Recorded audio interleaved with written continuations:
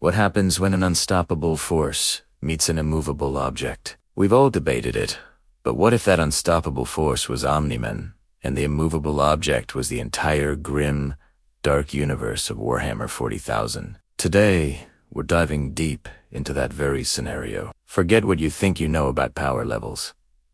This isn't just a simple crossover. It's an apocalypse in the making. Imagine this.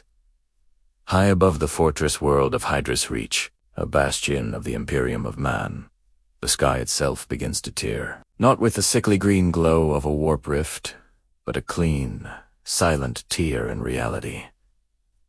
The astropaths don't scream of demons. They're struck dumb by a presence that feels alien, yet horribly, undeniably powerful. The Imperial Guard garrisons look up, their Auspex scanners going haywire, trying to make sense of the anomaly. From this wound in the heavens, a crimson and white blur descends. There's no grand announcement, no chaotic energies spilling forth, just a single figure, moving with a speed that defies physics. Before the planetary defense commanders can even process the threat, it begins.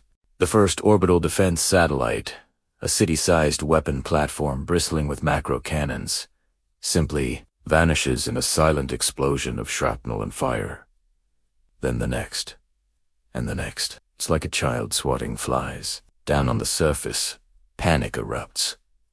This isn't a chaos raid or a tyrannid swarm. There are no preliminary bombardments or drop pods. The enemy is already here. In the capital city of Bastion Primus, citizens watch in horror as the Imperial Navy cruisers in high orbit are torn in half, their fusion cores detonating in brilliant, dying stars. The aggressor is a single man, his cape a bloody streak against the clouds. He moves from ship to ship, not with weapons, but with his bare hands. He punches through adamantium holes. Like they're paper, his movement's so fast. He appears to be in multiple places at once. Within minutes, the orbital defense grid, a system that has held back Orc, Doubli, Oak, and Eldar corsairs for centuries, is nothing but a cloud of debris. The sky over Hydra's Reach is now bleeding, filled with the fire of its fallen protectors. The man, this entity, now hangs motionless in the upper atmosphere, a sentinel of destruction looking down upon the world he has just blinded and deafened. The Vox channels are a screaming mess of confusion and terror. Who is this? What is this? The few pit captures they manage to get are blurry, but they all show the same thing. A humanoid figure, clad in red and white, with a stern, mustached face that betrays no emotion. He is unroaring with the bloodlust of a cornate berserker, or cackling with the madness of a demon. He is silent, methodical, and efficient. Terrifyingly so. He descends, not like a storm, but like a judgment. He phases through the walls of the governor's palace, the sanctum sanctorum of imperial authority on the planet. The elite, Tempestus, Scion bodyguards, open fire, their hotshot lasgoons, capable of punching through the red and blue beams splash harmlessly against his chest.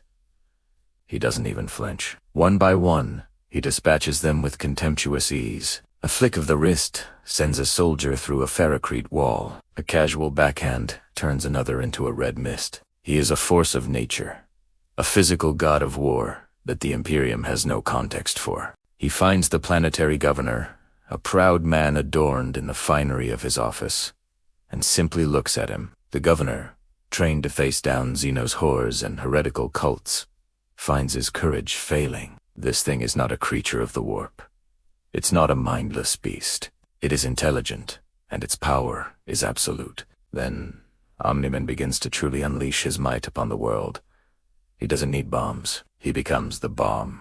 Flying at hypersonic speeds, he slams into the foundations of hive cities, the resulting shockwaves, toppling spires that have stood for millennia. He carves trenches through armored columns with his heat vision, melting lemon rust tanks into slag. Entire regiments of the Imperial Guard are wiped out before they can even raise their last guns. They aren't fighting a war. They are experiencing an extinction event. The Mechanicus priests of the Forged Temples unleash their skittery legions and battle circles, chanting binary prayers to the Omnissiah. They meet the same fate. Titans, a contingents of the Adeptus Mechanicus. lumber forth, their volcano cannons charging to fire. Omni-Man flies straight through a warhound's cockpit, emerging out the other side without slowing down as the machine collapses behind him. He treats a Reaver Titan like a toy, ripping its arms off and using them to batter its head in. Within a single day, a world of billions is brought to its knees. Cities are craters. Armies are memories. The sky, once blue, is now a permanent, choking brown from the dust and ash. The survivors, huddling in the ruins, give him a name, a title whispered in terror and broadcast on the few remaining Vox channels that reach off-world. They call him the Red Angel of Destruction, a name that will soon echo across a harbinger of a new and terrible threat to the Imperium of man. The distress calls have gone out. The wider Imperium is stirring. Space Marine chapters are being mobilized. The Inquisition is taking notice. On Terra, the High Lords are demanding answers. They believe this is a new type of Xenos threat, a biological weapon of immense power. They have no idea what's coming. They are preparing for a war, but they are about to face a Viltrumite. This is just Chapter 1. The arrival, the opening salvo, in a conflict that will shake the galaxy to its very foundations. How will the legendary Space Marines fare against a being who can shatter planets? What will the Inquisition do when faced with a power that their doctrines cannot explain? And what is Omni-Man's goal in this new, brutal universe? Does he seek to conquer it for Viltrum, or does he have another purpose? The story has just begun. Thank you so much for joining me on this epic what-if scenario. What do you think would happen next? Let me know your thoughts down in the comments. I read every single one. If you enjoyed this dive into Grimdark chaos, be sure to hit that like button and subscribe for more chapters of this insane crossover. The ground trembles, not with the familiar, rhythmic thunder of our own artillery, but with the shriek of their demise. I am Captain Thaddeus Verax, commander of the 37th Viridian Dragoons, Astra Militarum, or what's left of us. I stand on the command ridge of Firebase Epsilon, what was once the unbreachable heart of our defensive line on Cygnus X1. Now, it's a tomb. I'm watching the pride of our regiment, the Earthshaker batteries of the 12th Artillery Company, being turned to glittering dust, not by overwhelming firepower, not by a creeping barrage that we could have countered. No, this was something else entirely. A single figure, a blur of motion against the bruised purple sky, descending like a vengeful comet. My Vox officer, a young lad from Cathonia named Pike, his face pale as bleached bone, stared at the picked feed, his mouth agape. "Captain," he stammered, his voice cracking. What is it? Some kind of demonic incursion. A servant of the ruinous powers. I gripped the brass rail of the observation deck, my knuckles white. The tactical displays flickered, unable to lock onto the entity. Red runes of target loss flashed in a maddening chorus. On the main pick screen, we saw it. A man. He looked ... human, clad in a suit of stark white and orange, a cape fluttering behind him like a banner of conquest. He moved with a horrifying grace, an impossible speed. He didn't use weapons. He was the weapon. One of our basilisks fired a point-blank Earthshaker shell, a weapon capable of leveling a Hadlock. The man, he caught it. He caught a shell traveling at supersonic speeds in the palm of his hand. For a moment, the world held its breath. Then, with a casual flick of his wrist, he sent it hurtling back. The resulting explosion vaporized the entire gun emplacement, and the 10 crewmen serving it. Panic began to ripple through the command bunker. Shouts and screams echoed over the internal Vox. "By the throne! It's a demon!" One voice cried. "It's a Another shrieked, a desperate, insane hope in his tone. I keyed my Comanche Channel override, my voice colder and harder than I thought possible. "All units, hold your positions. Concentrate fire on the anomaly. For the Emperor!" My words felt hollow, a prayer cast into a void. They obeyed. They always do. That is the strength of the Astra military. Lemon rust battle tanks, unleashed their cannons. Heavy bolter teams spat storms of explosive rounds. Las cannon beams, bright enough to blind, converged on his position. He simply hovered there, arms crossed, as the maelstrom of Imperial fury broke against him like waves upon a cliff. The explosions barely singed his uniform. The laws beams seemed to bend around him, deflected by some unseen, unimaginable power. Then he moved. He shot through our armor column like a bolt of living lightning, a flash of orange and white, and a lemon rust. Demolisher was torn in half, its turret sent spinning 1,000 meters into the air. He didn't just destroy them. He dismantled them, peeling back their adamantium hides as if they were made of cheap flakboard. The screams of burning tank crews were a short, sharp counterpoint to the screech of tortured metal. He was a force of nature, an extinction event given human form. The air crackled with displaced energy. The ground beneath my feet groaned in protest. Pike was on his knees now, chanting the litany of protection, his eyes squeezed shut. It wouldn't save him. It wouldn't save any of us. I watched as he approached the last functioning Earthshaker. The crew, bless their faithful hearts, tried to depress the barrel to fire on him directly. He landed softly before them, the very picture of calm. The gunner, a veteran with a bionic eye, stared at him, defiance etched on his face. The man, this Omni-Man, as the Pictie tagged him, simply smiled. A patient, almost paternal smile. And then he pushed the cannon's barrel. He pushed it, and the entire 60-ton war machine crumpled, folding in on itself like a discarded ration tin, crushing the crew within. There was no malice in his actions. That was the most terrifying part. It was just efficiency. The clinical, detached removal of a perceived obstacle. He looked up then, his gaze piercing through kilometers of rock and fortified plasteel, and he felt Italiano. He was looking right at me, at our command bunker. I turned to my Vox officer. Pike, get up. Transmit a Priority 1 astropathic message.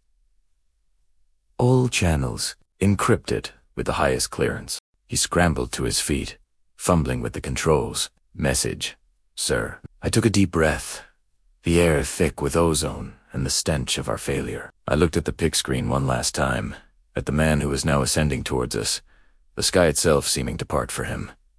This had to be recorded. The Imperium had to know what it was facing. This wasn't some slavering beast from the warp, driven by bloodlust and blind rage. This wasn't a servant of some distant, malevolent god. This was something far more orderly, far more absolute, and far more terrifying. I keyed the Vox log, the red light blinking, signifying that my words would now echo into history. This is Captain Thaddeus Verax, 37th Viridian Dragoons, transmitting the first confirmed Vox log of the Cygnus X1 invasion. The enemy. The enemy is a single entity. The designation is Omni-Man. I paused, the words catching in my throat. The bunker door, forged from meters of solid adamantium, began to buckle inwards, screaming under an impossible pressure. He has single-handedly annihilated the Verax battalion. Our artillery is dust. Our armor is scrap. We cannot stop him. We cannot even slow him. The door groaned, a final, metallic death cry, before being ripped from its hinges. There he stood, framed in the breach, silhouetted against the fires of our own ruin. I looked into his eyes, devoid of any hatred or fury, only a calm, unwavering certainty. I spoke my final words into the Vox, a warning to the galaxy, a final testament to the fall of the 37th. It's not a demon.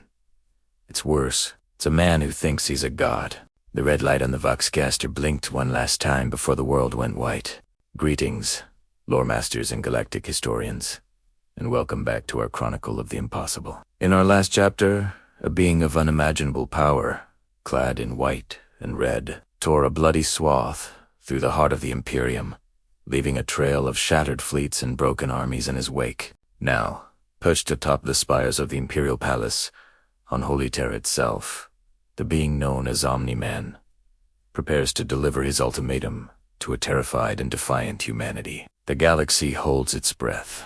The Vox network, usually a cacophony of prayers, Battlefield reports and administrative decrees fall silent. Then, a single voice, calm yet radiating an authority that dwarfs even that of a High Lord, cuts through the static. It is a voice that carries the weight of millennia, the confidence of a conqueror, and the chilling promise of a new age. It is the voice of Nolan, of Viltrum. Across 1,000,000 worlds, his image flickers to life on pig screens, holoterminals, and astropathic projections. He stands not as a monster, but as a figure of strength, his cape fluttering in the toxic winds of Terra. His face is stern, his gaze unwavering.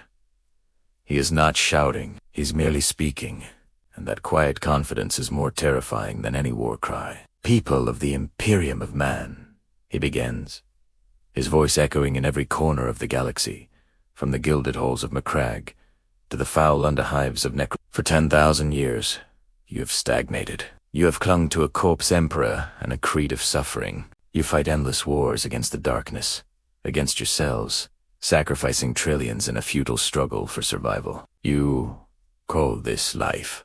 I call it a slow, agonizing death.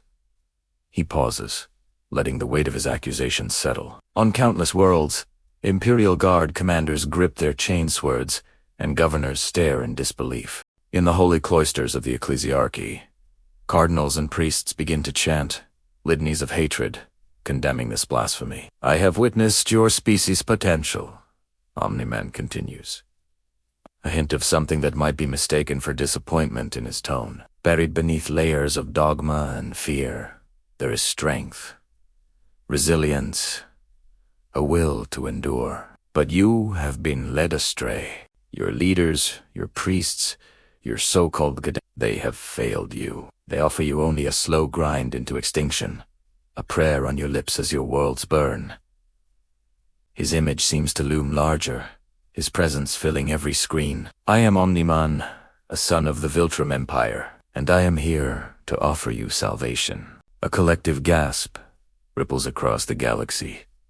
Salvation. From this creature who just butchered the finest defenders of the throne world. The idea is absurd, heretical. "Your suffering can end," he declares, his voice rising in power. "Your endless wars can cease.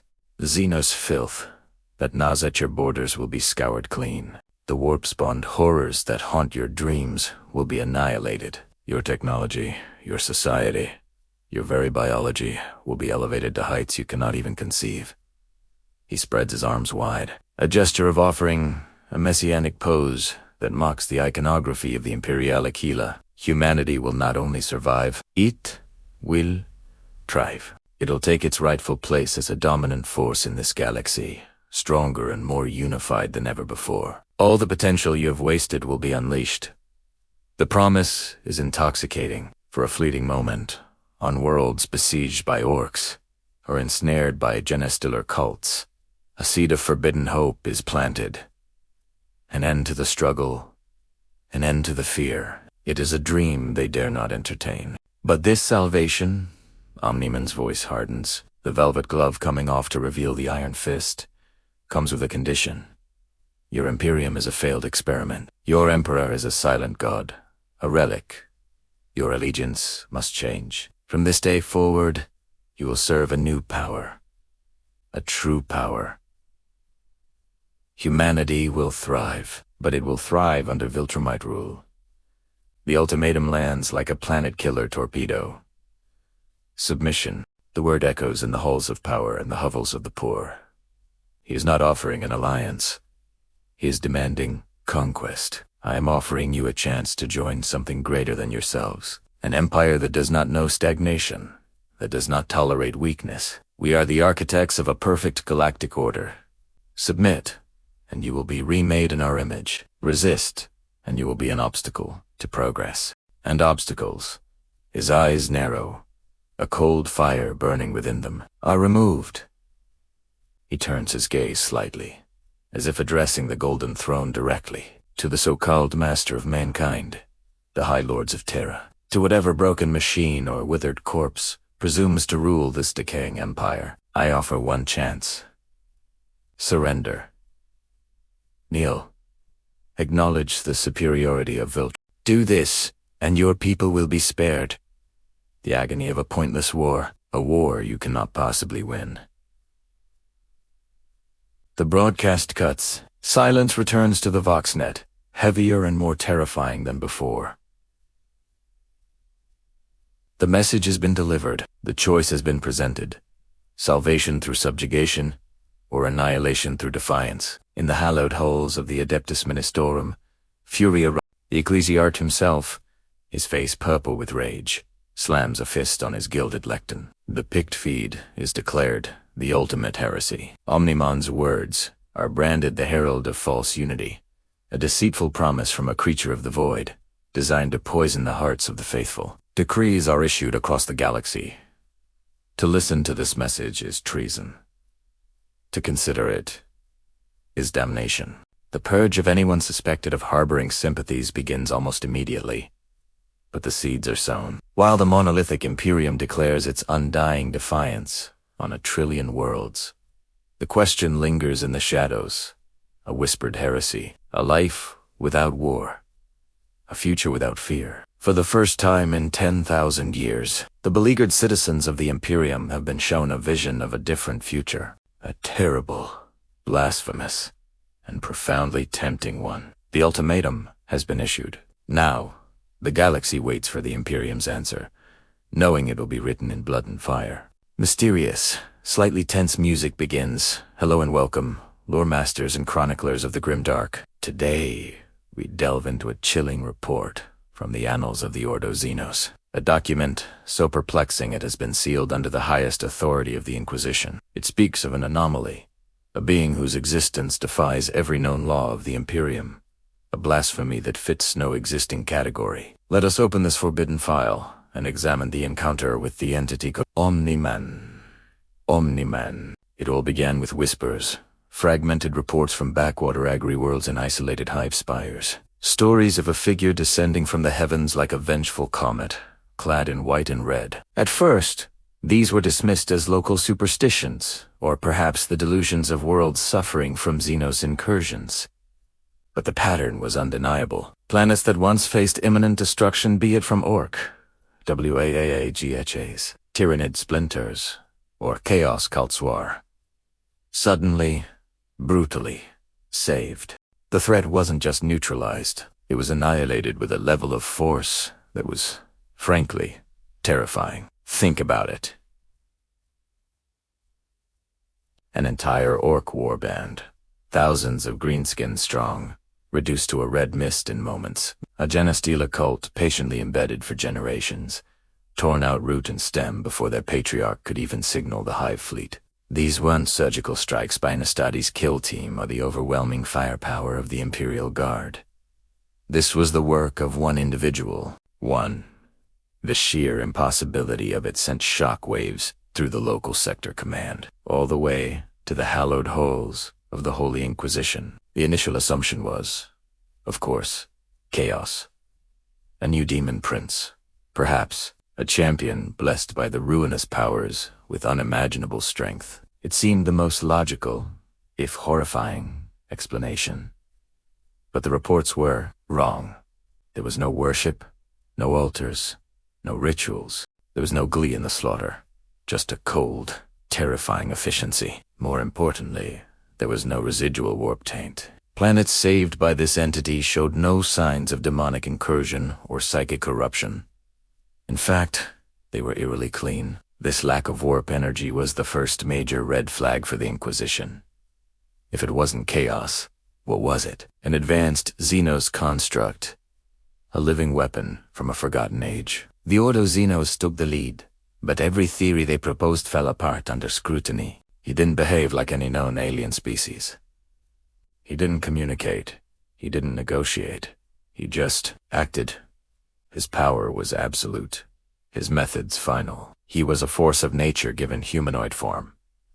And so, the decision was made. A top-tier asset had to be dispatched. This was a threat too ambiguous, too powerful, to be left unexamined. The task fell to Inquisitor Cyranoel of the Ordo Xenos, a woman known for her cold logic and unshakable resolve. Nell was no stranger to the bizarre and the terrifying. She had stared into the heart of tyrannid swarms and faced down Necron overlords, but nothing could have prepared her for this. Inquisitor Nell assembled her retinue, a hand-picked team of specialists. Chief among them was a conclave of sanctioned psychers, their minds honed to detect the faintest whispers from the image. Her strategy was simple. Track the entity, observe from a safe distance, and use her psychers to get a reading, to understand the nature of its power. They tracked the anomaly to a newly besieged frontier world, a planet about to be overrun by a splinter of a major orc-wog. The stage was set for a confrontation. From the observation deck of her cloaked frigate in high orbit, Nell watched the battle unfold. The greenskin horde was a tide of violence and fury, their ramshackle ships bombarding the planet's surface. Then he appeared, a streak of white against the void, moving faster than any Imperial fighter. He tore through the orc fleet like it was paper. Cruisers were ripped in half. Kill cruisers were thrown into one another, exploding in silent, fiery blossoms. It was a massacre. As the entity descended to the planet's surface to deal with the ground forces, Nell gave the order. "Probe him," she commanded her psychers. "Tell me what you see. Is it a creature of the warp? A biological weapon?" The psychers closed their eyes, their minds reaching out across the void, extending their ethereal senses to touch the soul of this impossible being. And then, "De screameth." It wasn't a scream of pain from a psychic attack. It was a scream of pure, unadulterated cognitive dissonance. One after another, the psychers collapsed. Blood streamed from their eyes and ears. Their minds, trained to navigate the treacherous currents of the warp, had slammed into a wall of nothing. An absolute void where a soul should be. But it wasn't the soulless emptiness of a Necron, or the blankness of a pariah. It was something else entirely. The senior psycher, before his mind shattered completely, gasped out a single, horrifying concept. "It's solid. There is no soul to read, no connection to the warp. He's not psychic, not a blank. He just... asterisk is asterisk. The resonance, it's the sheer force of his physical existence. It's too loud." Imagine trying to hear a whisper in the middle of a continuous, reality-shattering explosion. That was what their psychic senses experienced. His very presence in real space was a deafening roar that their minds couldn't process. Shaken to her core, Inquisitor Nell recalled her surviving retinue. Her primary tool of analysis had been utterly broken. She had faced beings whose souls were black holes of malice and gods made of pure psychic energy. But this was different. This was a physical being whose power was so immense that it created its own form of psychic resonance. A psychic shadow cast, not by a soul, but by sheer physical might. A power not drawn from the warp, but inherent to his very being. Back in a scriptorium, her hands shaking as she dictated a report, Inquisitor Nell struggled to find the words. Every law of the universe, as she knew it, had been broken. He was not a servant of the Corpus Emperor. That was certain, but he was not a creature of chaos either. He was not a Xenos in any recognizable form. He was another, a thing that existed outside the divine dichotomy of imperial faith and demonic corruption. Her final transmission to the High Lords is now the stuff of legend within the deepest circles of the Inquisition. The words are memorized by every Inquisitor Lord who is granted clearance to read them, she reported. He is an anomaly outside divine law or chaos corruption. We have no protocol for this. He registers as mortal, yet his power rivals that of a god. He has no detectable soul, yet his presence shatters the minds of our most powerful psychers. He is a blasphemy without category. The implications are staggering. The Imperium is built on a foundation of understanding its enemies. The Xenos, the heretic, the demon. Each has a nature, a weakness that can be exploited. But what do you do with a threat that has no known nature? A threat that is simply, physically, unstoppable. This report has left the Inquisition with an unanswerable question. How do you fight a monster that doesn't play by the rules of reality? How do you stop a blasphemy that even the Emperor's Holy Inquisition cannot define? The file on the Omni-Man remains open, a testament to the terrifying truth that in the vast, dark galaxy, there are things far stranger and more frightening than even the most jaded Inquisitor could ever imagine. Thank you so much for joining me on this deep dive into the forbidden lore of the 41st millennium. What do you think the Imperium could possibly do against such a being? Let me know your theories in the comments below. And if you enjoyed this journey into the unknown, please consider liking this video and subscribing to the channel for more tales from the grim darkness of the far future. Imagine, if you will, a universe where the invincible Omni-Man, the Viltrumite powerhouse, crashes headfirst into the grim darkness of the 41st millennium. We've seen him tear through armies, planets, and entire civilizations. But what happens when he faces an empire built on dogma, zealotry, and technology so ancient it borders on magic? Today, we delve into that very conflict, where the unstoppable force meets an object far more immovable than he could ever comprehend. The Adept. Our story begins on a forge world, a planet-sized factory dedicated to the worship of the machine god. The sky, perpetually choked with holy smog, is suddenly torn asunder. A streak of red and white, a living comet of flesh and fury, descends. It's Omni-Man. He's already carved a bloody path through Imperial Guard regiments, and even Astartes kill teams. To him, this is just another primitive world to be brought into compliance. He sees the sprawling forge complexes, the smoke-belching manufactorums, and the scurrying, red-robed figures below. He scoffs. What could these tinkerers possibly do to him? He descends, his landing cracking the ferrocrete plains like a thunderclap. Before him stand ranks of skittery, cyborg soldiers whose flesh has been systematically replaced by blessed machinery. Lost fire, hot enough to melt steel, streaks across the battlefield, harmlessly splashing against Omni-Man's chest. Smirks. Is this the best your world has to offer? Pathetic. With a single, contemptuous backhand, he swats a squad of Sicarian ruststalkers out of the air, their transonic blades failing to even scratch his suit. He moves like a blur, a whirlwind of destruction. Kaislan robots, towering automata of living metal, are shattered into scrap. Onagarduna crawlers are flipped and torn apart as if they were children's toys. From the highest spire of the primary forge temple, the Fabricator General watches the carnage unfold through 1,000 different optical sensors. His logic engines whir, processing data at speeds incomprehensible to a mortal mind. Loss of assets. Catastrophic. Threat level. Beyond all known parameters, the skittery are not soldiers to him. They are data points, expendable resources. Their purpose was to gather information on the enemy's capabilities, and the data is now complete. The enemy is, for all intents and purposes, invincible by conventional means, but the Adeptus Mechanicus does not deal in the conventional. The Fabricator General issues a series of commands, a cascade of binary canticles that ripple through the noosphere, the psychic internet of the machine cult.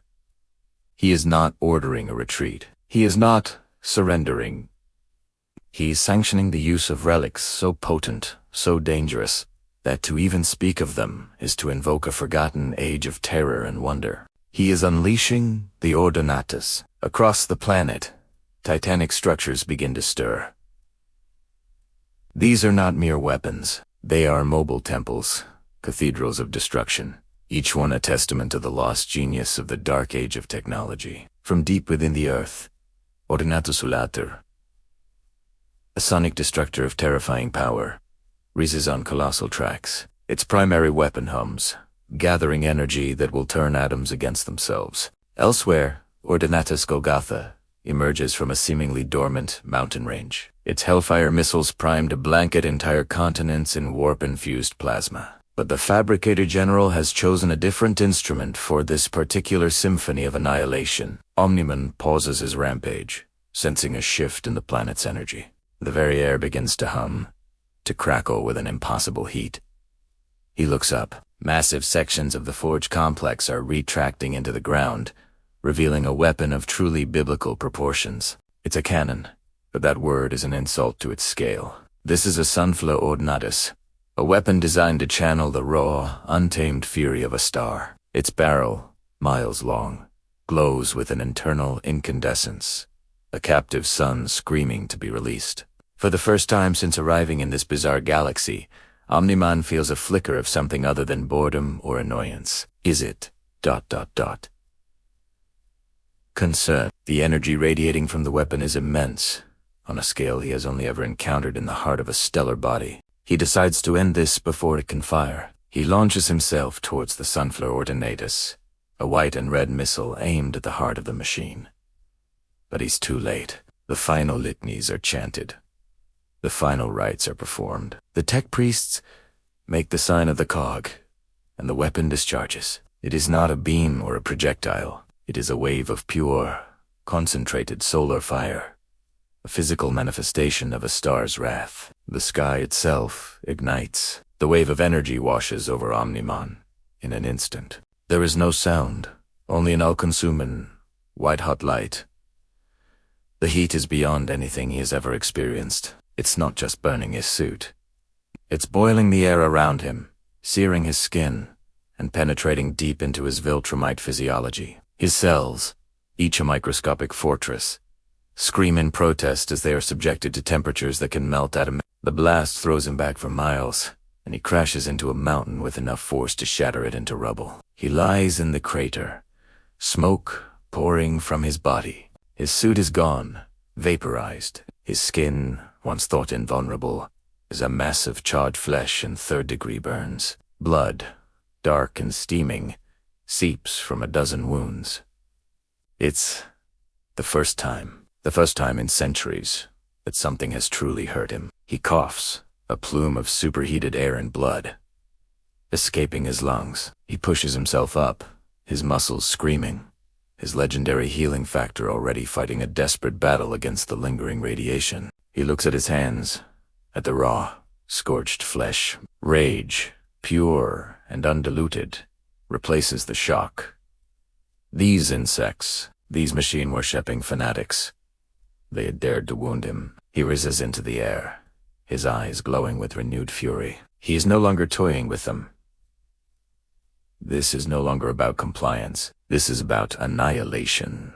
With a roar that shakes the very foundations of the Forge world, he unleashes his true power. He moves faster than light, a streak of vengeful energy.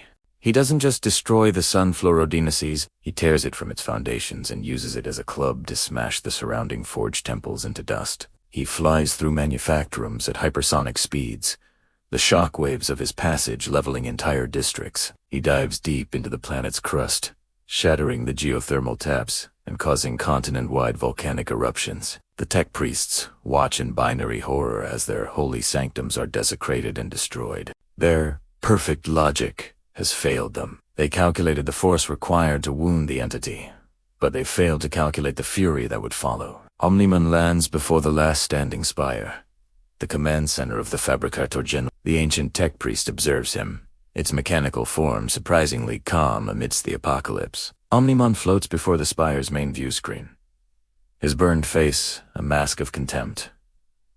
He speaks, his voice a low growl that carries across the ruined landscape. "Your gods fear progress," he declares, gesturing to the shattered remnants of their holy machines. "That's why you worship them."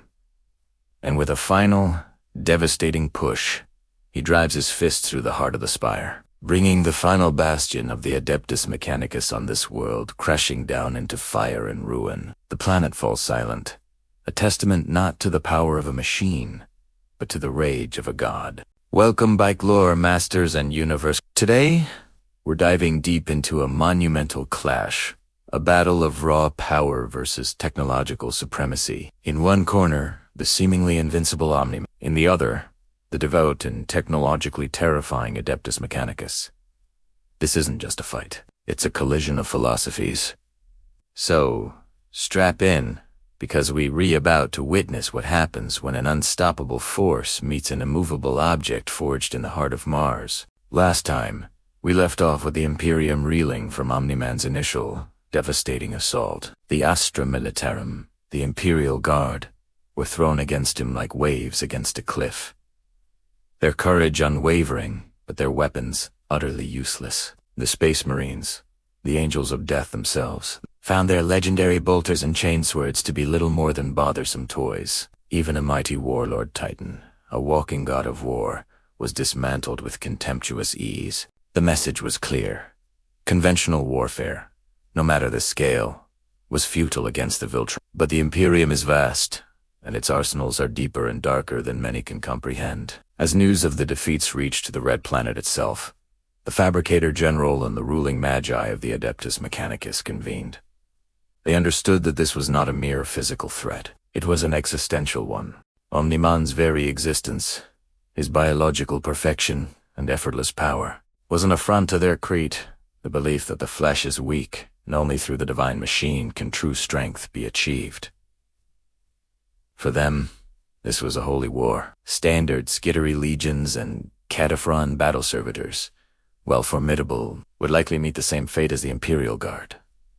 No, this new blasphemy required a response from the deepest, most sacred vaults of the Martian. It was time to unleash the Ordinatus. For those unfamiliar, an Ordinatus is not simply a war machine. It is a holy relic, a miracle of destruction dating back to the legendary Dark Age of technology. Each one is unique, a gargantuan engine of annihilation so powerful and complex that its construction is now impossible, its secrets lost to time. To deploy an Ordinatus is a momentous occasion, a decision weighed with gravitas and religious fervor, reserved for only the most dire of threats. An Omni-Man had more than earned that distinction. They chose the Sunflower Ordinatus. Picture this: a colossal mobile weapons platform, bristling with macro cannons and void shield generators. But its primary weapon is what gives it its name. At its core is a contained stellar flare generator, a piece of technology that literally harnesses the fury of a dying star. It doesn't fire a laser or a plasma bolt. It unleashes a focused, sustained beam of pure, incandescent solar wrath. It is the sun, weaponized. On a blasted cratered moon designated as the new battleground, the trap was set. The Mechanicus, with cold, calculating logic, lured Omni-Man in. They sacrificed an entire forge complex, letting him tear through its outer defenses with his typical arrogance, drawing him deeper into a carefully prepared kill zone. Skittery Rangers and Vanguard fired volley after volley of galvanic rounds and rad carbines, not to harm him, but to annoy him, to focus his attention, to make him angry and careless. And then, as Omni-Man hovered amidst the wreckage, likely scoffing at the pathetic resistance, the ground itself began to tremble. A section of the forge world split apart, vast armored plates retracting to reveal the monolithic form of the Sunflower Ordinatus, rising from its subterranean silo. Its arrival was heralded not by a war horn, but by the rising thrum of unimaginable power and the chanting of 1,000 tech priests in binary cant. Before Omni-Man could even fully process what he was seeing, the weapon fired. There was no projectile to dodge, no energy bolt to outfly. One moment, there was nothing. The next, a column of pure, white-hot solar energy, wider than a city block, engulfed him completely. The very air, rock and metal turned to molten slag in an instant. The raw, untamed power of a star was focused on a single point. Him. For the first time in this conflict, perhaps for the first time in centuries, Nolan Grayson felt pain. Real, searing, agonizing pain. The beam was not just heat. It was a torrent of exotic particles and radiation that bypassed his molecular invulnerability. His costume, the symbol of the Viltrumite Empire, was incinerated instantly. His skin, which had shrugged off planet-crucking explosions, began to blister and burn. A raw, guttural scream of shock and agony was ripped from his lungs, a sound no one in this universe had ever heard from him. He was wounded. Blood, or something like it, sizzled against the superheated energy, vaporizing as it left his body. He was trapped, pinned in the heart of a miniature sun. His strength, his speed, they were useless. How do you punch a sunbeam? How do you outfly light when you're already caught in it? The Magi of the Mechanicus watched on their data screens, their optical sensors glowing with cold satisfaction. The logic was sound. The machine was superior. The flesh was burning, but they made a critical error. They underestimated the sheer, indomitable will and rage of a villain. Fueled by a new and terrifying fury at his own vulnerability, Omni-Man did the impossible. He poussé back, roaring. He gathered every ounce of his cosmic strength and flew through the beam, directly at the Ordinatus itself. He emerged from the other side a figure of pure rage, his body charred and smoking. Large patches of his skin burned away to reveal the muscle beneath. He looked monstrous, a true demon of fury. He didn't waste a second. He slammed into the Sunflower Ordinatus with the force of an extinctional-level asteroid. The holy relic, a machine that had survived millennia, buckled and tore apart under his onslaught. He ripped through its armored hull like it was wet paper, tearing out power conduits and smashing arcane machinery with his bare, scorched fists. The tech priests screamed in binary terror as their god machine was desecrated and destroyed from the inside out. With the Ordinatus silenced, a deafening quiet fell over the battlefield. Omni-Man, panting, bleeding, and horribly burned, hovered over the smoldering ruins of the entire forge complex he had just annihilated. He looked down at the wreckage, at the failure of their ultimate weapon, and with a voice dripping with contempt and newfound hatred, he broadcast a message across all Mechanicus channels. He declared, "Your gods fear progress. That's why you worship machines." The psychological impact of that statement was perhaps more devastating than the physical destruction. He hadn't just beaten their weapon. He had attacked the very core of their faith. He implied their entire religion was built on a foundation of fear of evolution, fear of the biological potential they deemed weak. He, the epitome of that biological potential, had just survived their holy fire and crushed their mechanical god. The war had just become intensely personal. The Adeptus Mechanicus, shamed and enraged, now have a singular, burning purpose: to erase this blasphemy from existence, no matter the cost. Start of narration: the fortress city of Aegis. For 1,000 years, its name was a byword for defiance, a bastion carved from living rock and reinforced with faith and steel. Its walls had repelled Orc, WAAAG. Its guns had shattered chaos fleets, and its people had never known the tread of an invader. For 1,000 years, Aegis stood, and then, in 3 days, it fell. It began not with a thunderous fleet or a tide of screaming warriors, but with a single, crimson streak descending from the heavens. A solitary figure, a living meteor, that struck the city's heart not with an explosion, but with a chilling silence. The silence before the storm. The first tremor was the collapse of the Grand Spire, a monument that had touched the clouds for centuries. It didn't fall to bombardment. It was simply punched from its foundations. From my vantage point, in the command bastion, the Voxnet erupted into a symphony of chaos. Reports flooded in, each more frantic, more unbelievable than the last. Sector Gamma 9, silenced.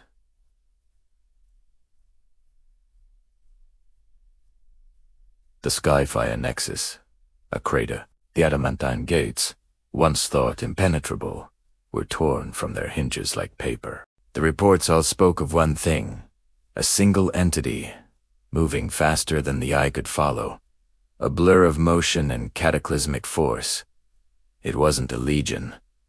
It was one man. On the second day, the sky burned. We had thought, naively, that our orbital defense platforms, the glorious fists of the Emperor, would put an end to this madness. We watched their targeting lasers lance down, pinpointing the source of the destruction. We watched beams of pure energy, capable of boiling oceans, converge on a single point. For a moment, there was a flash of incandescent light, and we dared to hope. But the light faded, and it was still there, hovering amidst the orbital fire, untouched. Then he looked up, and the sky began to fall. He flew through our defenses, not dodging, but simply smashing through them. One by one, the fists of the Emperor were silenced, their dying explosions painting the heavens in shades of crimson and orange. The atmosphere itself seemed to boil, turning the daylight into a permanent, blood-red dusk. Down on the streets, it was a slaughter. The Astra Militarum, the famed Imperial Guard, millions strong, stood their ground with a courage that defied reason. Lemon Rust tanks fired their battle cannons, their shells exploding against an invisible wall. Heavy bolter emplacements unleashed storms of fire, their rounds bouncing off him like hail. Guardsmen fixed bayonets, their faith their only shield, and charged into oblivion. He moved through them not as a soldier, but as a force of nature. He didn't just defeat them, they unmade them. He tore tanks in half with his bare hands. He walked through artillery bombardments without breaking stride. General Varax, my commander, a man whose face was a mask of granite carved by 100 campaigns, watched the display screens, his expression unreadable. He saw entire regiments vanish in the blink of an eye. He heard the desperate pleas and the final, defiant cries of his soldiers. He had fought monsters, demons, and aliens that defied sanity. But this was different. This was not war. It was an extermination. On the evening of the second day, the city was a ruin. The proud spires were now jagged teeth biting at the bloody sky. The air was thick with the dust of shattered ferrocrete and the metallic temps of vaporized steel. The constant roar of battle had been replaced by an eerie silence, punctuated only by the distant, thunderous impacts of the lone destroyer. Varix turned to me, his eyes hollow but for a single, burning ember of defiance. "Vox Sergeant," he commanded, his voice raspy. "Record my final orders. Transmit on all channels. Open frequency. Let the galaxy hear it." I activated the recorder, my hands trembling. Varax leaned in close, his voice not a shout, but a low, intense growl that carried more weight than any battle cry. "To all remaining defenders of Aegis, our city is lost. Our lives are forfeit, but our duty remains. We are the woe against the darkness. We are the Emperor's fury. This entity, this thing that has brought us to ruin, it may be unstoppable. It may be a power beyond our comprehension." He paused, taking a ragged breath.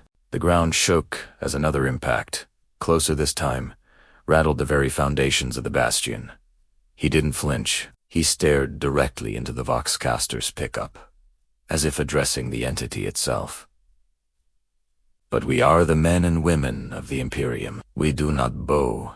We do not break. In the face of annihilation, we find our strength. In the Emperor's name, we will make our final stand." This creature presents itself as a god. He leaned in closer, his voice dropping to a conspiratorial whisper, a final, venomous promise. "So, if he is a god, then make him bleed for it." That was the last message Aegis ever sent, the last testament of a world that chose to spit in the eye of oblivion. They say gods can't bleed, but in the ashes of Aegis, under a crimson sky, the Astra Militarum was determined to find out. Imagine, for a moment, a universe already drenched in endless war. A galaxy where hope is a currency more precious and rare than any art. Now, into this grim darkness, hurl a force of nature unlike any other. A being of impossible speed, strength, and resilience. Viltrumite, let's say, after a cataclysmic battle that leveled a hive city, the broken form of Omni-Man falls into the hands of the Inquisition. Most would see a Xenos threat, a demonic incursion, or some new horror spit forth from the warp. They'd scream for the exterminatus, for purges and promethium. But one man, a Rugmagus biologist named Kalan Vort, saw something else. Hidden deep within a fortified genatorum, surrounded by humming cogitators and servitors, chanting binary litanies, Vort began his forbidden work. He expected to find the taint of chaos, the raw, corrupting energy of the immaterium. Powering this creature, he prepared his hexagrammic wards, his Geller field emitters, his purest incense. He drew a blood sample, the needle groaning as it tried to pierce that nigh invulnerable skin. The sample was secured, placed within the autosense machine, and the analysis began. The Magos watched the data streams, his augmented eyes hungry for truth. The results that scrolled across the screen were not what he expected. There was no warp signature, no chaotic taint, no psychic resonance.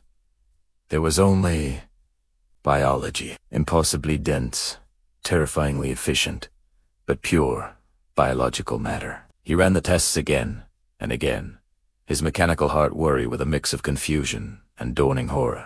The data was irrefutable. Omni-Man was not a demon, nor a creation of the ruinous powers.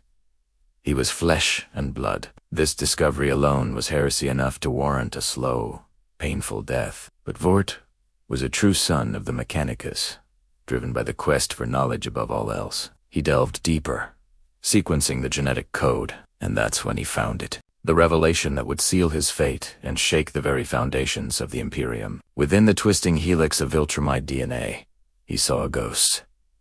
A familiar pattern. It was horrifically mutated, evolved to a point of physical perfection that seemed impossible. But the core markers were there, unmistakable. It was human, or, more accurately, it was asterisk. Once. Asterisk. Human. The genetic drift was astronomical, spanning millennia, but the Oregon point was a clear match for baseline Harmonid stock from the dark age of technology. Kalen Vort stumbled back from his cogitator, the logic of his conclusion crashing down upon him. The Viltrumites were not Xenos. They were a divergent branch of humanity, a lost tribe from the great diaspora of mankind's golden age, who had not just survived, but thrived. They had evolved, adapted, and conquered their own biology, achieving a form of physical ascension without the guidance of the Emperor, without the light of the Astronomicon, and without the dogma of the Imperial Creed. His mind reeled with the implications. For 10,000 years, the Imperium had taught that humanity was weak, that it needed the Emperor's protection, that only through faith and fealty could it survive a hostile galaxy. The cult Mechanicus preached that the human form was flawed, perfectible only through blessed machinery. But here, in the blood of this alien, was the ultimate heresy. Proof that humanity possessed the inherent potential to become gods of flesh and blood, all on its own. They had done it without the Primarchs. Without the Adeptus, they had become the apex predator of their galaxy, not through faith, but through sheer genetic destiny. This truth was a poison more potent than any blade. It suggested that the Emperor was not a necessity, but perhaps a limiter, a figure who had guided humanity down one path, while another, perhaps even greater one, had been left unexplored. It suggested that the Imperium, with all its sacrifice and suffering, might be a tragic, unnecessary detour. In a fugue state of terror and exhilaration, Vort began to write. He compiled his data, his genetic charts, his explosive conclusions. He titled his report, The Heretic's Hope. He argued that the Viltrumites represented what humanity could have been. They were a living testament to the species' boundless potential, a potential that had been shackled by fear and dogma for 10 millennia. He never finished the final chapter. An Ordo Hereticus kill team, alerted by one of his own suspicious servitors, breached the Genitorum's adamantium doors. They saw the Xenos subject, the forbidden research, the blasphemous words forming on the data slate. They didn't ask questions. The air filled with the holy fire of their flamers and the righteous bark of their bold. Magos Kalanvort was executed on the spot, his body and his work consumed by flame. His report was declared Hereticus Extremis and all records of its existence were purged. But knowledge, once uncovered, has a way of surviving. A single data wafer, ejected by a dying servitor in its last act of loyalty, fell through a grate and into the underbelly of the hive, a tiny seed of truth, waiting in the darkness. The truth that humanity's greatest strength, and perhaps its greatest rival, might just be itself. What do you think? Could a truth like this ever see the light of day in the 41st millennium? Or would it be just one more secret buried beneath the weight of an eternal war? Let me know your thoughts in the comments below. We're staging a duel of titans, a clash of galactic proportions. In one corner we have the pinnacle of human genetic engineering, the chapter master of the Ultramarines, Marnus Calgar. In the other, the seemingly invincible Viltrumite warrior, Omni-Man. The stage is set on the shattered world of Aegis Prime, a planet reduced to rubble and twisted metal. This isn't just a fight. It's a test of wills, a collision of two universes where only the strongest, or perhaps the most cunning, will survive. Get ready, because this is going to be epic. The air on Aegis Prime crackles with residual energy from the orbital bombardment that shattered its cities. Dust, thick as fog, hangs over ruins that stretch to the horizon. Amidst this desolation, two figures stand as monoliths of destruction. Marnos Calgar, encased in his artificer armor, the gauntlets of Ultramar, humming with latent power, is a blue and gold bastion of defiance. His face, a mask of grim determination, is fixed on his opponent. Across the cratered plaza stands Omni-Man. His classic white and red suit is pristine, a stark contrast to the surrounding devastation. His arms are crossed, a look of bored superiority on his face. He's faced down entire planets, and to him, this armored giant is just another obstacle to be brushed aside. Omni-Man breaks the silence, his voice a low rumble that carries across the ruins. "You're a big fellow," he remarks, a condescending smirk playing on his lips. "Impressive armor, but you were just a man inside. This doesn't have to be difficult. Surrender, and I might let you live to see your empire crumble." Calgar doesn't flinch. His voice, amplified by his helmet's voxcaster, is cold and hard as set. "You've trespassed on Imperial soil, Xenos. You have brought ruin to a world under the Emperor's protection. There will be no surrender. Only judgment." With that, the chapter master raises the gauntlets of Ultramar. Their integrated bolters roaring to life. A storm of explosive rounds, each the size of a fist, streaks across the plaza. The bolts detonate against Omni-Man's chest, creating a series of thunderous explosions that would obliterate a lesser being. The Viltrumite doesn't even move. The smoke clears to reveal him completely unharmed. The smirk, now a full-blown, mocking grin. "Is that it? Is that the best your Emperor can muster? Pathetic." In the blink of an eye, he vanishes. The sound barrier cracks like a whip, and suddenly Omni-Man is right in front of Calgar.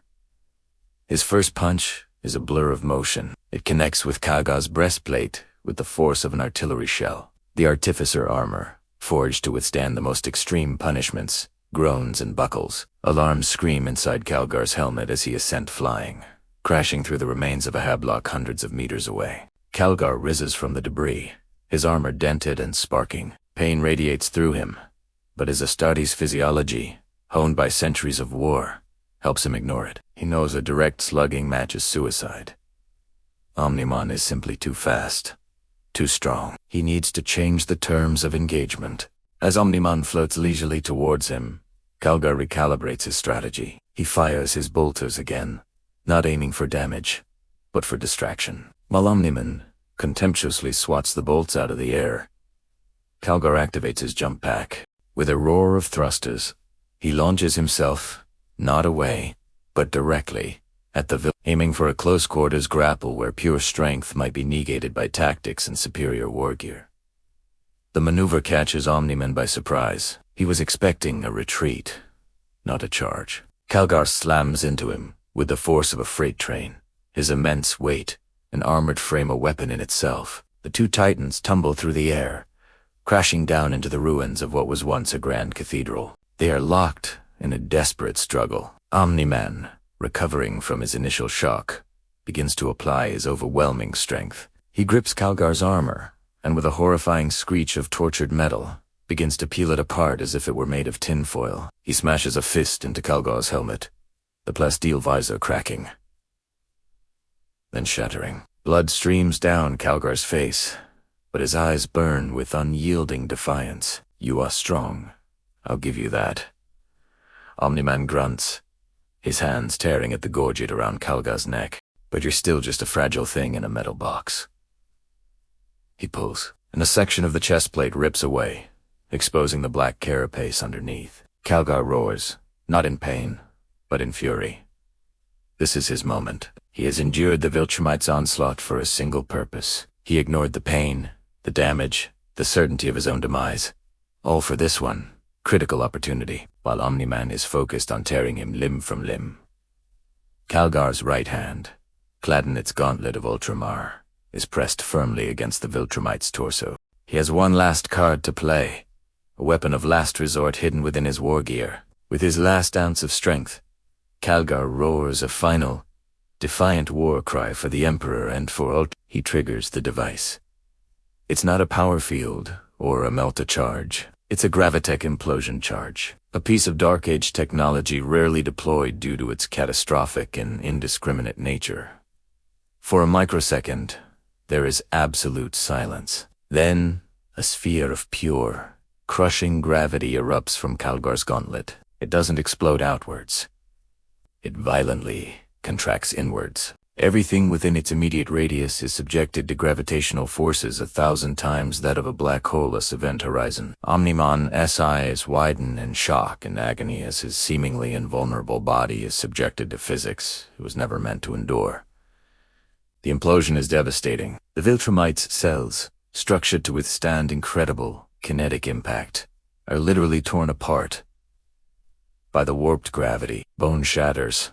Tisue, liquefies. A guttural scream of pure agony is ripped from Omni-Man's throat as he is slammed to the ground, a massive, bleeding crater forming in his abdomen. The force of the detonation also pulverizes what is left of Calgar's armor and the chapter master himself. The gauntlet of Ultramar is atomized, and with it, Calgar's arm. His body, already battered, is broken beyond any hope of repair, even for a space marine. The two warriors fall to the dust-choked ground of Aegis Prime, separated by a few meters, both enveloped in a cloud of settling debris. For a long moment, there is only silence.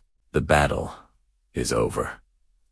The dust begins to clear, revealing the two fallen giants. Manius Calgar is motionless, a broken effigy of the hero he once was. His sacrifice was total, a testament to the unwavering creed of the Adeptus Astartes, and they shall know no fear. But a few meters away, there's a shudder.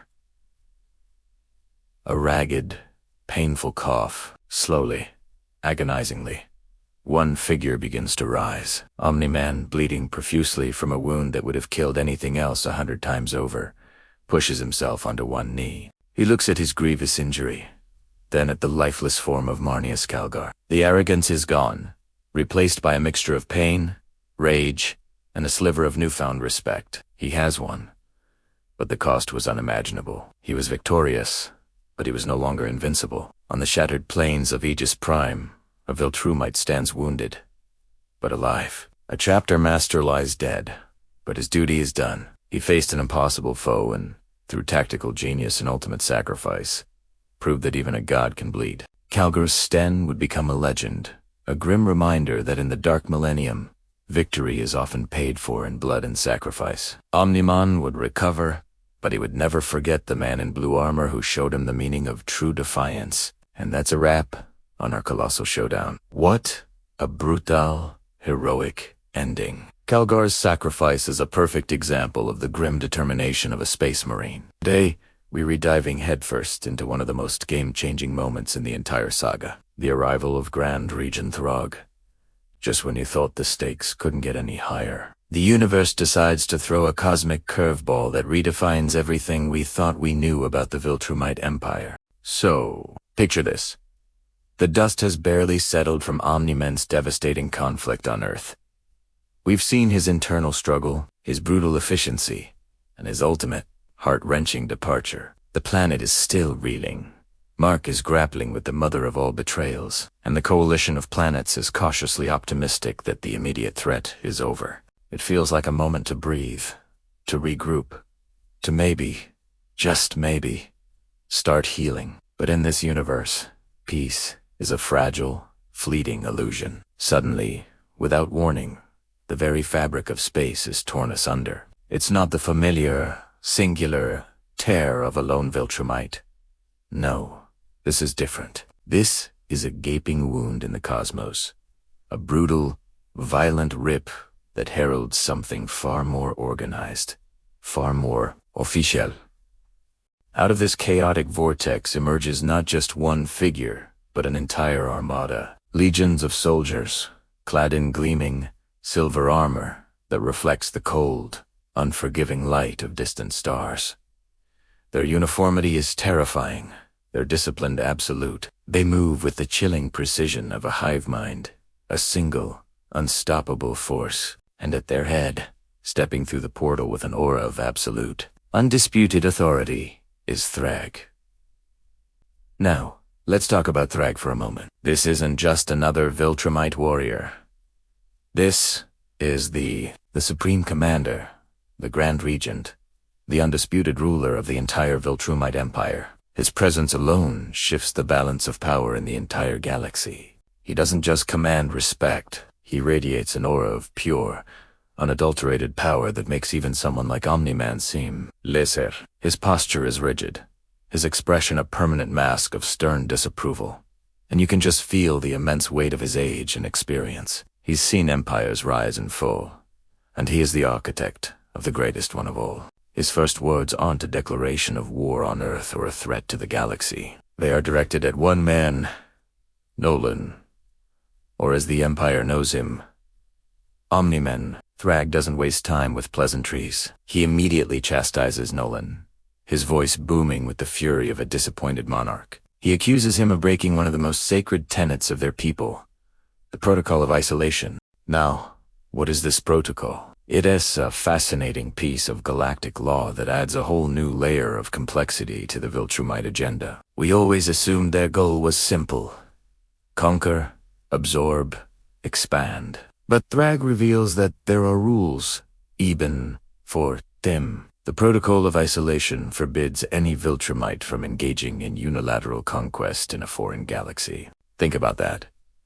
Nolan wasn't just abandoning his post, he was acting as a rogue agent, going against the direct legal framework of his own empire. This is a bombshell. It means Nolan's mission on Earth, the one that caused so much pain and destruction, wasn't a sanctioned Imperial operation. It was a solo act, a breach of their own deeply ingrained laws. Thrag's anger isn't just about Nolan's failure to conquer Earth. It's about his audacity to act alone, to disregard the rigid structure and hierarchy that holds their entire society together. For the Viltrumites, order and protocol are everything. They see themselves as the rightful lawbringers of the universe, and for one of their own to break that law is the ultimate transgression. Thrag's arrival completely recontextualizes Omni-Man's actions. Was Nolan's mission a standard procedure that went wrong, or was he on some kind of unsanctioned, personal quest from the very beginning? Thrag's condemnation suggests the latter. He essentially calls Omni-Man an outlaw in the eyes of his own people. This paints Nolan not just as a conflicted father or a brutal conqueror, but as a rebel against his own empire. The implications are staggering. Firstly, it means the full might of the Viltrumite Empire was never truly directed at Earth. What we saw was just a fraction of their potential, embodied by one man. Thrag's armada is the real deal. This is the organized, military force that has subjugated countless worlds. Their presence makes the threat of Omni-Man pale in comparison. Earth survived one how could it possibly stand against legions of them, led by their nigh-invincible emperor? Secondly, it puts Mark in an even more complicated position. His father is now not only a traitor to Earth, but also a fugitive from his own people. Does this make the Viltrumite Empire an unlikely, temporary ally against a common enemy? Or are they a far greater threat, now with a vested interest in cleaning up Nolan's mess, which includes his half-human son? Thrag isn't known for his sentimentality. To him, Mark is likely an anomaly, a genetic impurity, and a loose end tied to a disgraceful chapter in their history. Thrag's emergence is the ultimate out of the frying pan and into the fire moment. The heroes of Earth were preparing for a future without Omni-Man, perhaps even a future of rebuilding and recovery. Now, they're faced with the governing body that created him, and they're not happy. Thrag isn't here to negotiate or offer terms. He's here to enforce Viltrumite law, restore order, and deal with the stain of his subordinates' failure. His arrival signals the start of a much larger, much more terrifying conflict. The war is no longer just for Earth. It's about to go galactic. The age of heroes fighting individual villains is over. Welcome to the age of interstellar war, galactic law, and the terrifying, orderly reign of the Viltrumite Empire, with Grand Regent Thrag at its helm. What do you guys think about this incredible turning point? Does Thrag's arrival make Omni-Man a more sympathetic character, or does it just show how deeply flawed their entire culture is? The silence is the first thing you notice, not the quiet of peace, but the deafening void left behind by war. Where once the skies of a dozen worlds roared with the thunder of fleets and the screams of the dying, now there is only the whisper of solar winds across shattered continents. The Viltrumites are gone. Their withdrawal was as sudden and devastating as their arrival, a crimson tide receding from a beach of bone and ash. They left behind a sector cleaved in two, a graveyard of ambition and a monument to their terrifying power. In the hallowed halls of the Administratum, hololiths flicker with proclamations of victory. The Imperium of Man, ever defiant, paints a narrative of heroic resistance and ultimate triumph. They speak of the brave souls who held the line, of the unyielding faith that turned back the alien tide. But for those on the ground, those who choked on the dust of their fallen cities and watched their stars blink out one by one, the word victory tastes like ash. Half the sector is gone. Not just lost, but erased. Worlds that had stood for millennia are now a little more than radioactive cinders or barren rock. Their populations are vaporized, their histories forgotten. How can you call it a victory when there's barely anyone left to celebrate? The official story is sealed tight. From his shadowed sanctum, Inquisitor Nell of the Ordo Xenos has rendered his final judgment. The event is now classified Xeno Incursion Alpha Kremzen. All records are sealed under the highest authority. All astropathic choirs are forbidden from speaking of it. All surviving military personnel are debriefed, their memories scoured or their tongues permanently silenced. The official decree is simple. It is over. The threat has been neutralized. Further inquiry is not just discouraged. It is the Imperium must look forward, rebuild, and forget. Forgetting is a survival mechanism, after all.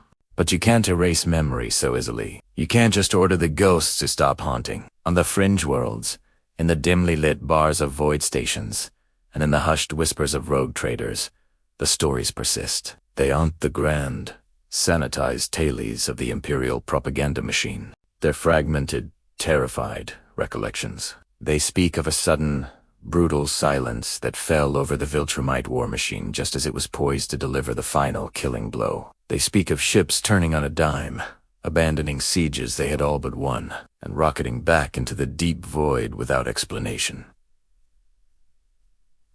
Why? Why would a force so dominant, so utterly merciless, simply leave? The soldiers who survived, the ones whose minds weren't wiped clean by the Inquisition's agents, tell the most chilling tales. They remember the impossible speed, the strength that could shatter a tank with a single blow. They remember the eyes, not the cold, alien glare of a tyrannid, or the manic fury of an orc, but something far more unsettling. Eyes filled with a cold, calculating intelligence, sometimes even ... boredom. It was as if this entire war, this cataclysm that consumed billions of lives, was nothing more than a passing distraction for them, a bloody, but ultimately insignificant, afternoon's work. And so, the rumors fester in the darkness between stars, while the Imperium focuses its might on rebuilding, on patching the gaping wound in its flank. The real questions are being asked by those who dare not speak them too loudly. Was this a retreat, or a strategic redeployment? Did we win, or were we simply spared? The official narrative is a comforting lie, a blanket thrown over a chasm of but some can't shake the feeling of being watched. Astropaths wake from nightmares, not of the war they endured, but of a single, piercing presence in the void. Long-range auger arrays. On the rare occasions they are pointed toward the empty space where the Viltrumites vanished, sometimes register a fleeting, anomalous signature. It's the story of the red comet that haunts them the most. A single, fast-moving object that remained in high orbit throughout the final, chaotic days of the conflict. It wasn't a ship, not in any conventional sense. It just ... watched.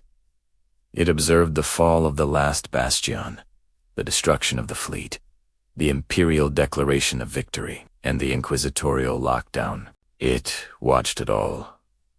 And then, as the last Viltrumite warship jumped a warp, it simply vanished from the scopes. but the whispers say it's still out there. A lone sentinel, a crimson streak against the black, waiting in the void. A silent promise, or a lingering threat. No one knows. Inquisitor Nell believes that by classifying the event, by burying it under layers of secrecy and fear, he can control the narrative and prevent mass panic. He believes that the strength of the Imperium lies in its ability to present an unbroken facade of power and control. But truth, like a persistent weed, has a way of growing through even the thickest layers of concrete.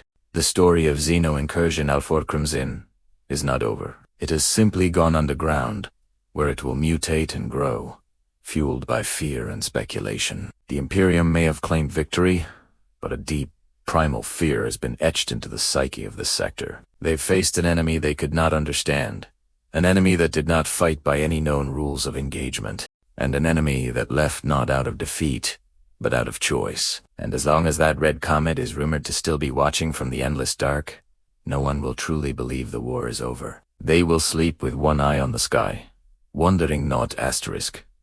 If asterisk, the Viltrumites will return, but asterisk when asterisk, and what will happen when they do? The expanse of the cosmos is vast, but it is not empty. We've seen empires rise and fall, species ascend and wither into dust. But what happens when one of the most formidable forces in creation turns its gaze upon a galaxy that simply refuses to break? Welcome back, everyone. Today, we delve into a chapter that bridges two universes, the unyielding might of the Viltrumite Empire and the grim, dark future of humanity. In the 41st millennium, this is the Council of Viltrum, and the subject of their debate is the stubborn, perplexing survival of the Imperium of man. Picture this. The Viltrumite fleet has returned to their home galaxy, not victorious, but contemplative. The war against the Imperium was meant to be swift, a demonstration of absolute power. The Viltrumites, each a world breaker in their own right, expected to shatter this human empire within a few solar cycles. Instead, they found something they hadn't encountered in millennia. A wall built of faith, fear, and sheer, bloody-minded endurance. We find ourselves in the grand chamber of the High Council. The air is heavy, not with failure, but with a palpable sense of bewilderment. At the center of it all stands the Grand Regent himself, Thrag. His posture is as rigid as ever, his expression a mask of cold analysis. He addresses the assembled Viltrumite lords, his voice echoing in the cavernous hall, a sound that has sealed the fate of countless civilizations. "My lords," he begins, his tone devoid of its usual triumphant arrogance. "Our campaign in the foreign galaxy has yielded unexpected results." A murmur ripples through the council. Unexpected. For Viltrumites, the only expectation is conquest. Thrag raises a hand, and silence falls instantly. We engage the dominant power of that sector, the so-called Imperium of man. On paper, they are everything we despise. They are fractured, ruled by dogma and superstition. Their leadership is a bloated, inefficient bureaucracy. Their soldiers are fragile, their technology a strange mix of the arcane and the archaic. They are, by all logical metrics, a civilization on the brink of collapse. He poses, letting the words hang in the air. This was the assessment. This was the logic that should have led to a swift and total victory. But logic, it seemed, had failed them. And yet, Thrag continues, his voice now laced with a grudging respect, a concept utterly foreign to his nature. They endure. We shattered their fleets, and more emerged from the warp. We broke their armies, and 1 billion more guardsmen took their place, armed with little more than faith and lust. We brought worlds to heal, only to find them retaken by legions of genetically engineered zealots in powered armor, screaming praises to a corpse god on a golden throne. A hologram flickers to life above the council table. It shows footage from the war, waves of Imperial guardsmen charging Viltrumite warriors, their bodies disintegrating against unstoppable fists, yet their lines never fully breaking. It shows the blazing fury of the Adeptus, their faith a literal shield against attacks that should have vaporized them. It shows the cold, tactical brilliance of the Astartes, teleporting into the heart of Viltrumite command ships, willing to sacrifice entire chapters for a single strategic gain. They are theocratic. Thrag states, gesturing to an image of a colossal cathedral ship bristling with macro cannons. They are terrified, living in a constant state of fear of the alien, the mutant, the heretic. Their entire culture is built on a foundation of sacrifice and suffering, and it is this very suffering that fuels them. Their endurance. It is not a flaw we can exploit. It is their greatest weapon. That endurance, Thrag's eyes narrow, must be studied. It must be understood.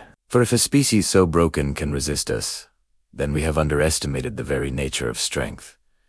The council members are silent, their immortal minds grappling with this paradox. They understood strength as physical perfection, genetic superiority, the will to dominate. The Imperium's strength was something else entirely. It was the strength of a dying star, collapsing inward but unleashing unimaginable energy in its final, desperate moments. It was the strength of belief, so powerful it could warp reality itself. One Viltrumite lord, a veteran of 1,000 purges, speaks up. Grand Regent, they are weak. Their bodies are frail. We can tear them apart with our bare hands. How can such fragility pose a threat? Thrag turns his gaze upon him. Because for every one you tear apart, 100 more are eager to take their place, believing their death serves a higher purpose. They do not fight for survival in the way we do. They fight for martyrdom. They have weaponized their own extinction. We fight to conquer the galaxy. They fight to ensure no one else can have it. We cannot break their spirit, because their spirit is already broken, and they have reforged the pieces into a blade. The implications of this are staggering. The Viltrumite strategy has always been decapitation. Eliminate the strongest, and the rest will fall. But the Imperium had no single head. It was a hydra, a sprawling, cancerous entity where every cell was programmed to fight to the death. And as the lords of Viltrum pondered this uncomfortable truth, their debate echoing through the grand hall, we notice someone else. In the deep shadows of an alcove, far from the central dais, a figure listens. They are not Viltrumite. Their silhouette is too slender, too elegant, lacking the brutalist physiology of Thrag's people.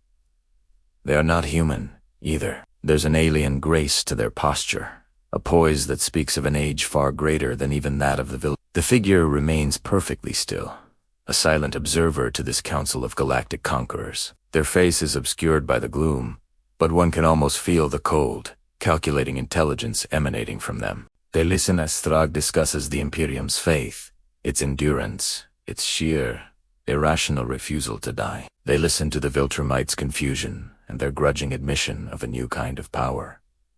Who is this silent listener? An Eldar Fasir, perhaps, manipulating events from the shadows. A Necron lord, observing the squabbles of younger races with silent contempt. Or something else entirely. A player from a game so ancient and complex that both the Viltrumites and the Imperium are but pawns on their board. The Council of Viltrum believes they are debating the nature of their enemy, but the real question is, who is listening to their debate? This shadowed figure represents a new variable, an unknown quantity in an already chaotic equation. Their silence is more menacing than any of Thrag's pronouncements. As the Viltrumites plan how to dissect the Imperium's soul, this silent observer is likely dissecting theirs. The war for the galaxy has just become infinitely more complicated. The Viltrumites sought to understand the Imperium's endurance, but they may soon discover that they are not the only ones studying the board. The great game has a new, unseen player, and their motives are a complete mystery. The grim darkness of the far future has just cast its shadow upon the Viltrumite Empire, and they don't even know it yet. What a cliffhanger. The idea of a third party, ancient and intelligent, observing this clash of titans is just incredible. For countless millennia, the cosmos has churned with the echoes of gods and mortals, their tales writ large across the fabric of reality. We've witnessed empires rise and fall, heroes born in fire, and villains cloaked in shadow. But what if the grandest, most terrifying events we've seen were not acts of chance, but but carefully orchestrated moves in a game we never knew was being played. What if the clash of titans, the convergence of universes, was merely the overture to an experiment of unimaginable scale? Today, we journey beyond the veil, into the swirling madness of the warp, to confront a truth that will shatter everything you thought you knew about the powers that be. We find ourselves far from the familiar star charts of the Milky Way, or the distant glow of the Viltrumite Empire's home galaxy. We're adrift in the Imperium, the chaotic, non-physical dimension known to the denizens of the 41st millennium as the warp. This is the realm of raw emotion, of psychic energy given form, a tempestuous sea where the concepts of time and space are mere suggestions. It is here, amidst the maelstrom of souls and the whispers of demons, that our story reaches its terrifying climax. The arrival of Omni-Man, the Viltrumite powerhouse, into the grim darkness of the far future, was an event that shook the foundations of both universes. It was a cataclysm, a paradox, an anomaly that drew the attention of every major power, from the Imperium of man to the Chaos Gods themselves. But it was not an accident. Deep within the most turbulent, uncharted currents of the warp, a presence stirs. This is not Khorne, bellowing 4 skulls from his brass throne. It is not Dizinch, weaving intricate schemes from his crystalline labyrinth. Nor is it Nurgle, chuckling amidst his garden of decay, or Slaanesh, indulging in exquisite sensations. This entity is something else entirely. Something older, perhaps. Something other. It is a consciousness without a name, whispered in mortal tongues. A will without a sigil, brandished by let OSA call it for our understanding, the nameless architect. For eons, it has observed, it has watched the great game played by the Chaos Gods with a detached, almost scientific curiosity. It has seen the rise and fall of the Eldari, the silent expansion of the Necrons, and the desperate, bloody struggle of humanity. All were but data points in a cosmic equation it has been formulating since the dawn of creation. The rift, the very tear in reality that plucked Nolan Grayson from his own dimension and hurled him into the 41st millennium, was its handiwork. Not a random warp storm, not a failed Geller field, but a deliberate, precise incision into the fabric of space. The architect saw in Omni-Man a variable unlike any other, a being of immense physical power, yet driven by a complex, evolving psyche. He was not a creature of the warp, nor was he bound by the simple faiths and fears that fueled the gods of chaos. He was an outsider, a perfect catalyst. The architect engineered his arrival to see what would happen. How would this singular, overwhelming force disrupt the delicate, brutal balance of the galaxy? Would he be a pawn for chaos, a reluctant savior for the Imperium? Or would he carve his own bloody path, becoming a new, independent power? The architect didn't know, and that was the point. Imagine a scientist introducing a new, powerful enzyme into a millennial petri dish, teeming with established, warring bacteria. The architect's goal was not to pick a winner. It was not to aid chaos, or the Imperium. Its motive was pure, unadulterated curiosity. It sought to understand the very nature of power, of will, of existence itself, by introducing a factor so potent and unpredictable that it would force the entire system to react, to change, to reveal its fundamental principles. The battles Omni-Man fought, the lives he took, the alliances he shattered, all were observed with cold, dispassionate interest. The reactions of the Chaos Gods, their confusion, their attempts to corrupt or destroy this new player, were invaluable data. The desperation of the Imperium, their struggle to comprehend a being that defied their understanding of Xenos and demons, was equally illuminating. From its hidden vantage point within the warp, the architect watched as its chosen catalyst cut a swath through the galaxy. It saw Nolan's internal conflict, the war between his Viltrumite programming and the humanity he had absorbed.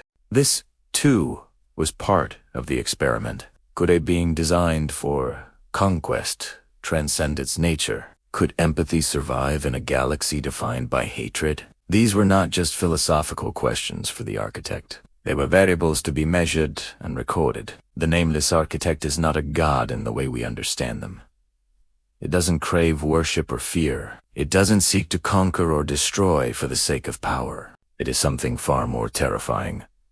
A cosmic intelligence that views entire galaxies, entire universes, as its personal laboratory. Mortals, gods, demons we, are all just components in its grand, unending study. It is the ultimate expression of curiosity, untempered by morality, compassion, or any recognizable emotion. And now, as the ripples of Omni-Man's presence continue to spread, as the galaxy reels from the impact of this interdimensional collision, the architect's work is just beginning. The initial test has been run. The primary variable has been introduced. The system is now in flux, ripe for further manipulation, for new, more complex tests. The rift was not a one-time event. It was the opening of a door, a proof of concept. The architect has learned how to bridge realities, how to pluck pieces from one cosmic chessboard and place them onto another. What other pieces might it introduce? What other anomalies from other realities could be brought in to test the limits of the 41st millennium? What horrors, or even heroes, from across the multiverse might soon find themselves stranded in the grim darkness of the far future, as the architect recedes back into the deepest currents of the warp. Its purpose fulfilled for now. Its final thought is not a declaration of victory or a roar of triumph. It is a simple, chilling statement of intent, a whisper that echoes not just through the Imperium but across the bleeding boundaries of time and space, a final horrifying revelation that what we have witnessed is not an ending, but a beginning. Its final words resonate through the void, a promise and a threat to all of existence. The experiment begins. The game has changed. The board is larger than we ever imagined, and a new, unseen player has just made its first move. The consequences are yet to be seen. But one thing is certain. The universe will never be the same. Thank you so much for joining us on this journey into the deepest, darkest lore.